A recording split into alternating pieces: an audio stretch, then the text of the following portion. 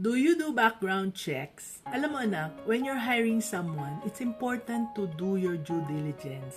And ang pag-conduct ng background check and pag-check ng mga references, malaking may tutulong yan sa pag-avoid ng mga hiring mistakes mo. Kailangan gawin mo yan para ma-protect ang iyong business. Alam ng marami na tamad tayong magtawag at kung minsan takot tayong mabagsakan ng phone. Pero alam mo ba anak, nowadays, mas open na ang mga taong magbigay ng feedback. Gusto nilang makatulong dahil sila din dumarating ang araw na kailangan din nilang mag-reference check at ayaw nilang makarma. Kahit na magbayad ka, do background check, lalo na sa mga posisyon na delikado. Kailangan mong malaman kung may mga kalokohan or mga masamang ginawa ang applicant sa mga former employers niya. Kailangan mo ding ma-verify kung may mga criminal record siya or kung totoo nga yung mga papers na sinasubmit niya. Ang mga reference checks naman, dyan mo malalaman ang kanilang ugali sa trabaho, ang mga skills, mga good and bad habits nila, how they are working,